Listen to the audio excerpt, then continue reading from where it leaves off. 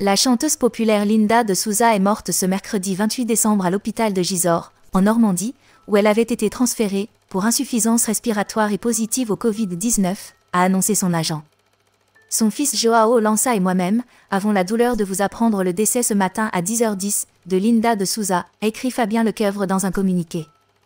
Elle a été transférée à l'hôpital de Gisors, très tôt ce matin même, pour insuffisance respiratoire et positive au Covid-19, selon la même source.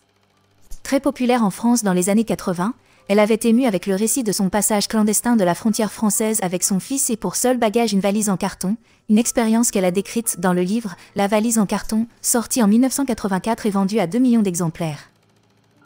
Reine de la variété, Linda de Souza, de son vrai nom Teolinda Joaquina de Souza Lança, est née le 22 février 1948 à Beringel, au sud du Portugal.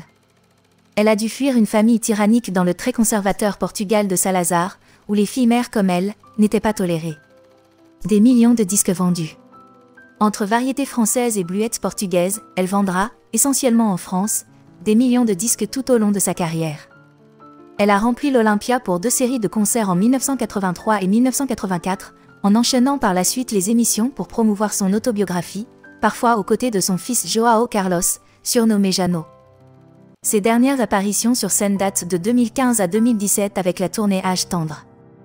Paru en 2015, Mes 40 chansons d'or de Linda de Souza a été réédité en novembre en coffret chez Marianne Mélodie, label dédié au patrimoine de la chanson francophone.